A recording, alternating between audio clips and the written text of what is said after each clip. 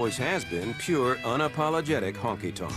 The sexy, tight-jeaned, brooding poster boy for twangy, hardcore country music. In the mid-'80s, he spawned a whole new generation of country music fans with his hip-swiveling revival of the 60s Bakersfield sound made famous by his hero, Buck Owens. I personally think that the country music industry owes a huge debt of gratitude to Dwight Yoakam because he was the first artist to really make country music hip.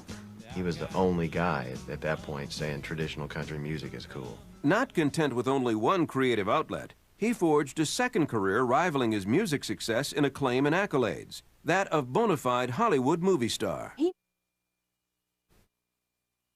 Hollywood actor is envious. He has almost 20 movies under his belt. This is a man who is a multimedia figure now. I mean, after Sling Blade and these films he has done, he's not just this tight jean cowboy-hatted singer. He's a respected actor. At times defiant and always uncompromising, Dwight cut his own independent path to success in music and movies on his own terms. He's always had kind of a rebellious streak, and he's been one to go against the grain a bit and not to follow the rules. Dwight is one of those people that, if I must say so myself, does things a little differently and has always danced to a different beat. Well, you know, he's got two personas. First of all, it's that really sexy lone hero thing on stage with the little hips twisting. And then in the movies, often, you know, he plays the really dark bad guy. Both of them are an act. You know, one is on stage, one is on camera. So, you know, the real Dwight is somewhere else. The real Dwight David Yoakam was born October 23, 1956 in Pikeville, Kentucky, the eldest of 3 children born to parents David and Ruth Ann. Theirs was a humble, devoutly religious family, grounded in traditional values and wholesome ideals. I had the great fortune of being parented by 2 of the most decent people I've ever had the pleasure of knowing, and probably will ever have the pleasure of knowing. They're the kind of people that will do anything for you, will give you anything. When Dwight was a year old, the family moved from the Appalachian Hills of southeast Kentucky to the upper Midwest, settling in Columbus, Ohio. There, Dwight's father ran a filling station, and his mother worked as an office secretary to support their growing family. However, the Yoakams, like many other families who had migrated north, continued to regard Kentucky as home. Friday they went home. Where was home? Back down to Kentucky and West Virginia.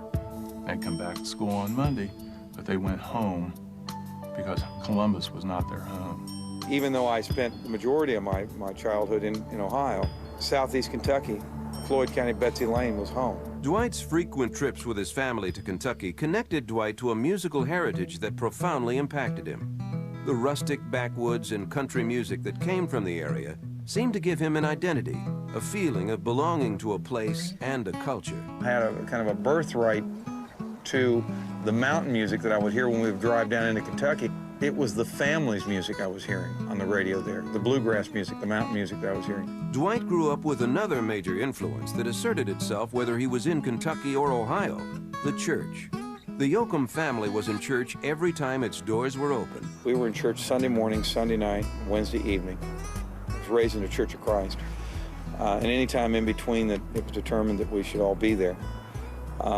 And that had a profound impact on my life. The church also provided Dwight with a significant musical influence.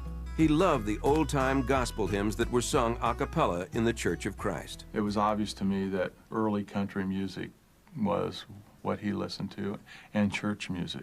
In my own writing, I notice, well, I'm aware of the influence of those hymns. As Dwight moved into his teenage years, his musical interests expanded.